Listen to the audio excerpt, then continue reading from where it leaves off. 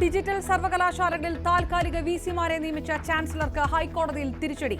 സർക്കാർ പാനലിൽ നിന്ന് മാത്രമേ നിയമനം നടത്താവൂ. കാലാവധി ഉടൻ കഴിയുന്നതിനാൽ ഇപ്പോഴത്തെ നിയമനങ്ങളിൽ ഇടപെടുന്നില്ല എന്നും കോടതി.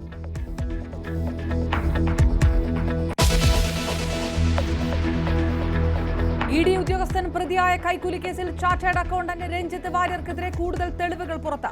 പിടിച്ചെടുത്ത ഡയറിയിൽ ഇഡി ചോദ്യം ചെയ്യലിനായി വിളിപ്പിച്ച 30-ലധികം പേരുടെ വിവരങ്ങളടങ്ങിയ ഹിറ്റ് ലിസ്റ്റ്.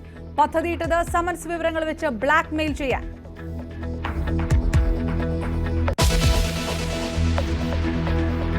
ഇഡിയെ കടന്നാക്രമിച്ച് ദേശാഭിമാനി മുഖപ്രസംഗം. അഴിമതി മുഖം തുറന്നു കാട്ടപ്പെട്ടു. ബിജെപിക്കാർക്കും ഇടനിലക്കാർക്കും പണമുണ്ടാക്കാനുള്ള സംവിധാനമായി ഇഡി മാറിയെന്നും വിമർശനം.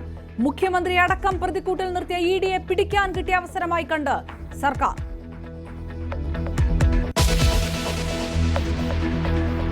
മോഷണ കുറ്റം ആരോപിച്ച് ദളിത് യുവതിക്ക് പോലീസിന്റെ മാനസിക പീഡനം. പേരൂർക്കട സ്വദേശിനി ബിന്ദുവിനെ വിവസ്ത്രയാക്കി പരിശോധിച്ചുവെന്ന് പരാതി.